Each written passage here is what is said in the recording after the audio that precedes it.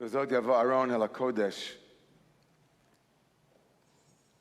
With this, Aaron comes into the holy. We explored last night the pause. To be a rebel with a pause.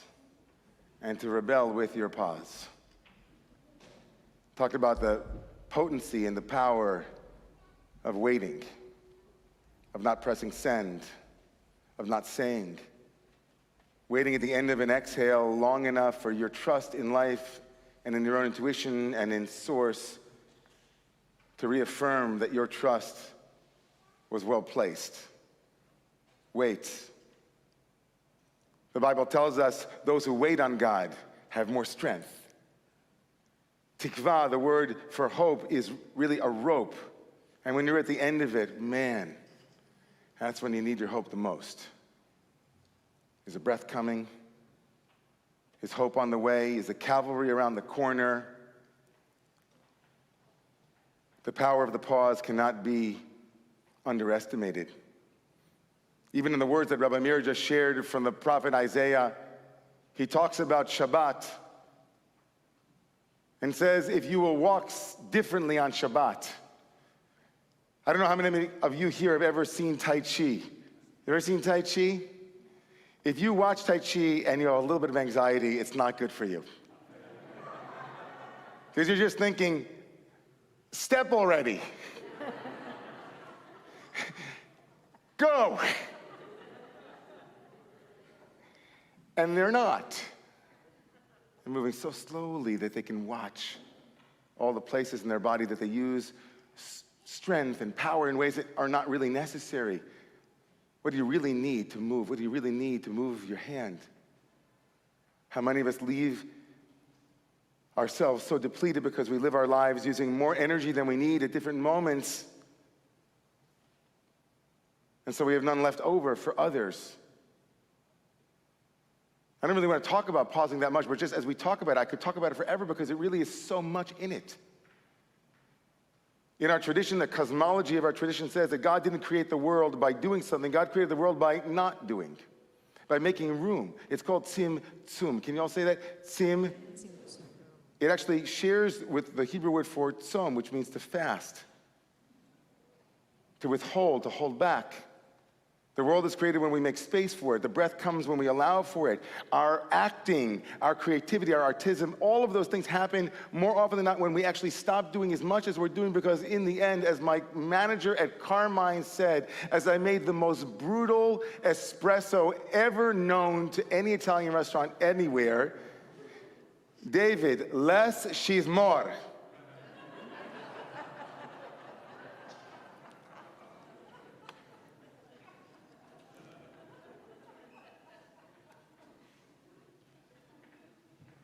There is a pause, though, that we don't want in our lives. There is a kind of pause in our lives that is exactly the opposite in many ways of this moment. It's a pause that specifically on Yom Kippur we often think about. It's a pause that is not a waiting and holding back because of an intuition that we have natural resources that will be made available, or because we trust in God, life, source, that we are being breathed. But it's a kind of holding back where everything in us wants to reach out, where everything in us wants to say, you were right. Anybody know that pause? That pause where you know the right thing and it's in your head, and the one whom is waiting, the one whom you're talking to, the one whom you love is waiting for you to say the right thing, but you can't say the right thing. Anybody? No, I'm not going to ask. It's public confessional, everybody. We're in a church. So what do you think? You know the one, the pause. It's not really pause. It's stuck. It's like between your own heart and the truth that you know and your mouth, there's a chasm, there's a journey that feels like a... And when you finally traverse that seemingly infinite space, right, and we're on the other side, we think to ourselves, wow, that wasn't hard. Or even if it was hard, we're like, wow, it wasn't long, it wasn't difficult, it was just, I don't know. The phone call that we know we have to make. The letter that we wish we'd written, or the email we wish we had written. The friends we wish we had made efforts to stay in touch with. The parents who live across the park, and each and every day you wake up and say, I'm going to go have lunch with them, and you don't.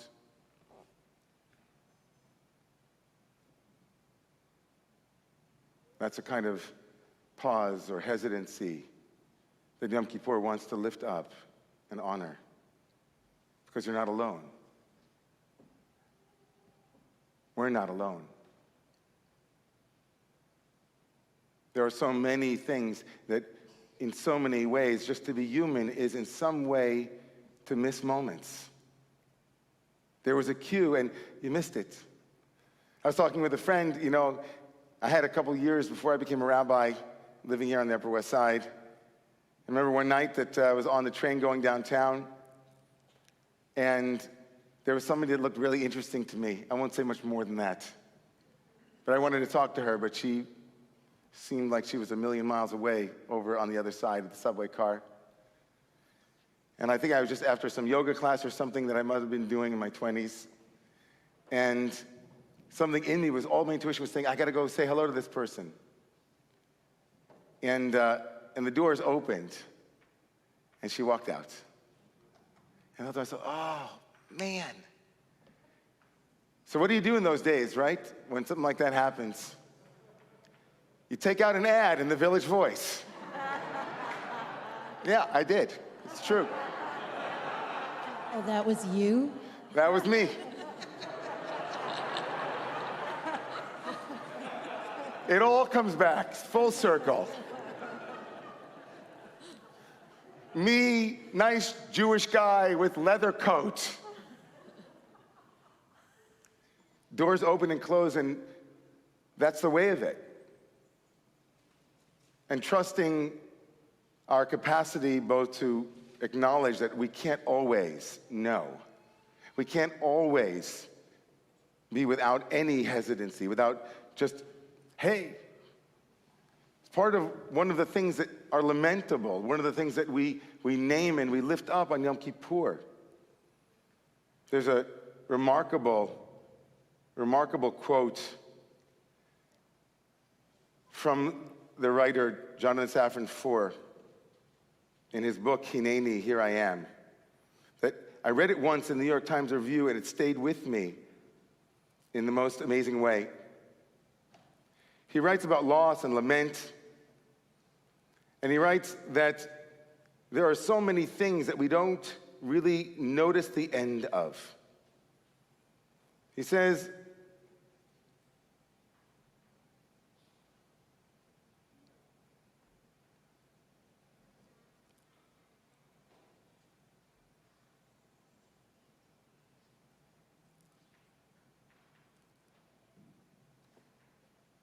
no baby, he writes, knows when the nipple is pulled from his mouth for the last time. No child knows when he last calls his mother mama that will be the last time. No small boy knows when the book is closed on the last bedtime story that will ever be read to him. No boy knows when the water drains from the last bath he will ever take with his little brother. The sense that endings come without any announcement, without any preparation sometimes, without any forewarning, without anything going off, and here it is. And we look back 10, 15 years later and we say, that was the last time. That was the last time. That was, I miss it. In ways both ordinary and banal. The philosopher Lane Thomas wrote this: I hope that in the future they invent a small golden light that follows you everywhere, and when something is about to end, it shines brightly so you know it's about to end. And if you're never going to see someone again, it'll shine brightly, and both of you can be polite and say, it was nice to have you in my life while I did. Good luck with everything that happens after now. And maybe if you're never going to eat at the same restaurant again, it'll shine and you can order everything off the menu you've never tried. Maybe if someone's about to buy your car, the light will shine and you can take it for one last spin. Maybe. If you're with a group of friends who you'll never be together again with, all of your lights will shine at the same time and you'll know. And then you can hold each other and whisper, "This was so good. Oh my God, this was so good." I think in many years in the past, when I stood before you on East Core, it would be slightly hyperbolic to try to convince you that in the coming year we have no idea. Each of us has within us an absolutely impenetrable belief that things continue. No matter how many numbers we see, no matter how often it happens, it is part and parcel of our own psychology, our DNA, to not think about endings, and most certainly not our own or the ones around us, with such an immediacy. This past Friday night, late at night, at 11 o'clock in the evening, the former head of our Hebrew school, Rabbi Shoshana Lees, was awakened to a text by her mother telling her that her 81-year-old, perfectly healthy, vibrant, dynamic, active, brilliant, beautiful father had been tragically killed in a car accident.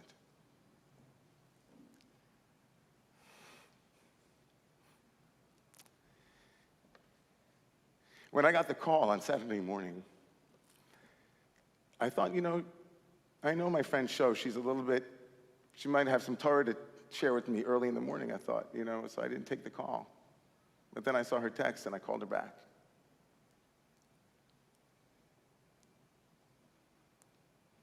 And she kept saying, I was just with him. We were just together. It was just like that. No time to prepare, no time to say goodbye, no time.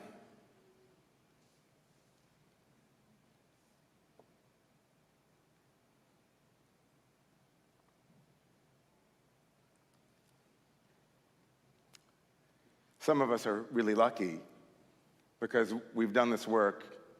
We're preparing. Some of us, in the years that have gone by, have written living wills and have prepared for moments like that. Some of us have used that realization that the kind of pause hesitancy that stops us from saying what we need to say, from finishing what we need to finish, from loving whom we need to love, forgiving whom we need to forgive, we have used that urgency and that immediacy to live our lives with fewer untied ends.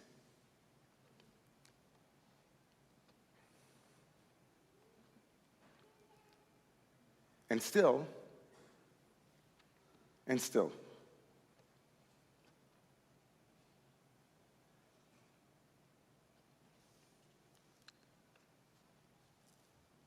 I have a poem here from a member of our community who lost her son tragically at the age of 23. One of Ben's candles lasted 3 days. We all become candles on Yizkor. In the end, we flicker inside somebody's jar, a flame, a soul, eternal spirit. How could our mothers, fathers, brothers, children all flicker together? Inside a fingernail fire, a flame of swords dueling even in the pupils of our eyes. Of your eyes, I can see this speck of golden arrows, this speck of truth.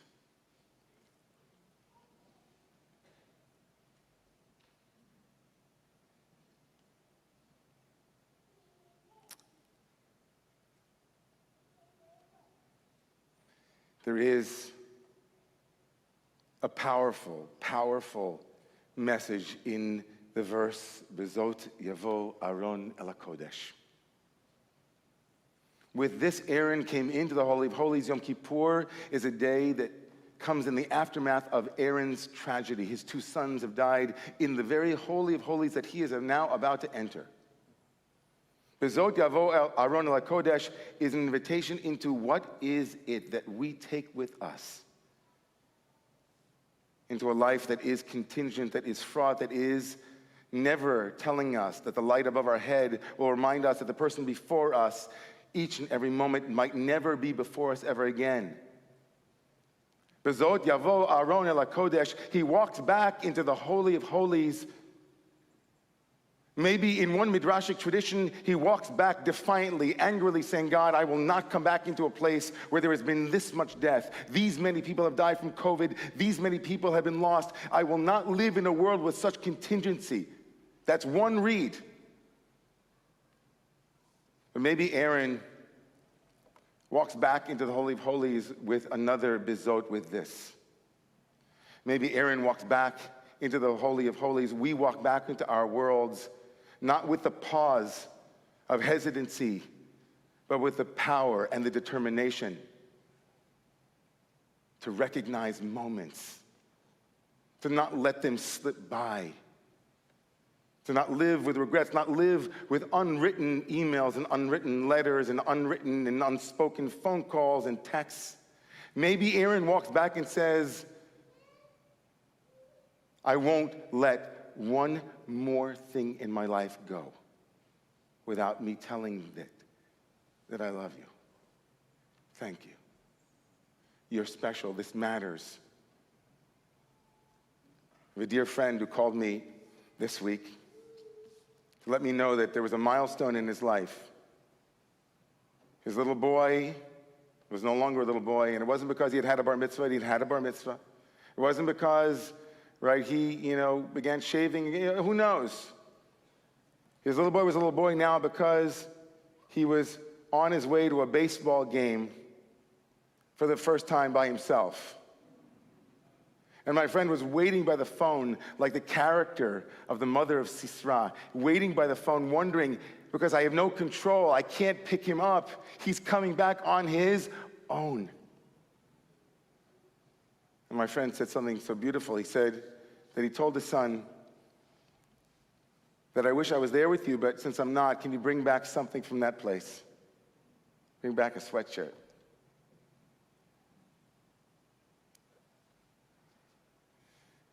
And so I told my friend that I think about all the time in my inner reverie about my fervent wish, my hope that one day my children will be in a world where I am not.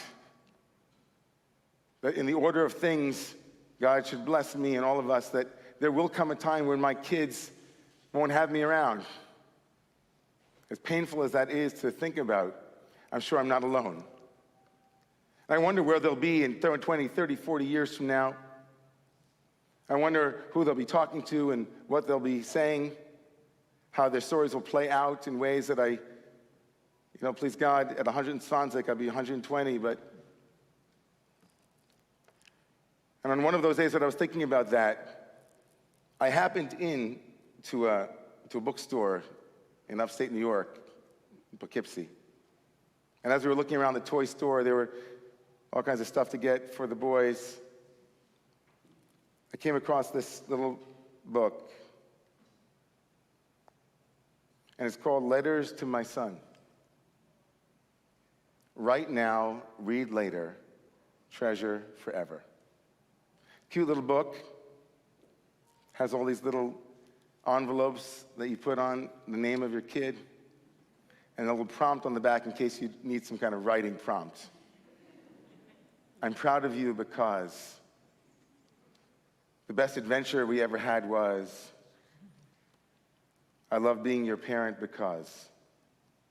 I picked it up, and it sat on my desk for a long time. And just last week, I sat down to start writing the letters. And the most powerful moment was when I wrote the date when I want them to open it. I dated it for one of them for his 13th birthday. Another one I dated on his 30th birthday. And ones I dated for when, God willing, they'll be 50. And I kept thinking to myself, all things end. We have no way of knowing. Lane Thomas was right. We don't have a little light above our heads. And we gather together and say, Bezot ani boteach. With this I can enter the Holy of Holies with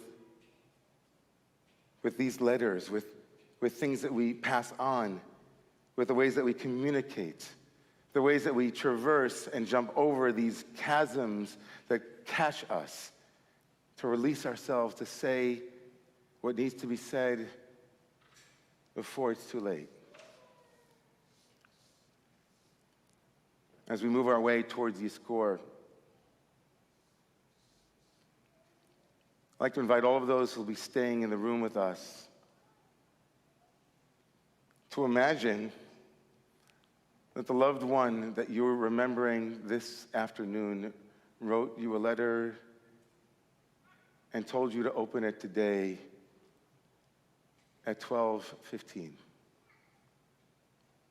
The letter would begin, Dear Alyssa, Dear Richard, Dear Stephanie, Dear Sandra, Dear Sharon. And the letter would tell you something you needed to hear. Something that you needed to hear right now. A letter from the past that acknowledged that there'll be a time when I won't be able to speak to you. There'll be a time when you can't pull it back. But I pause it forward for you.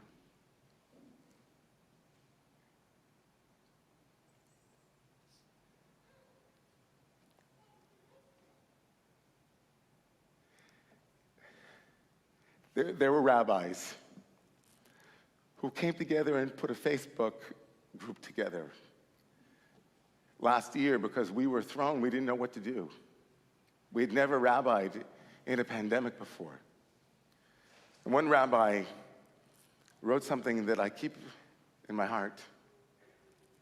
She wrote, all I want to do is stand in front of my community and cry.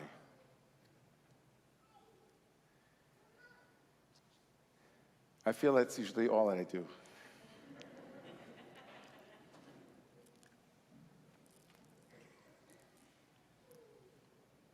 I can hear the voices of our ancestors. I can hear them saying to us, with this you can enter the holy. Promise that you won't wait to say what you need to say. If you wait, it might be too late. We're sending a letter forward. We hope it holds you in good stead.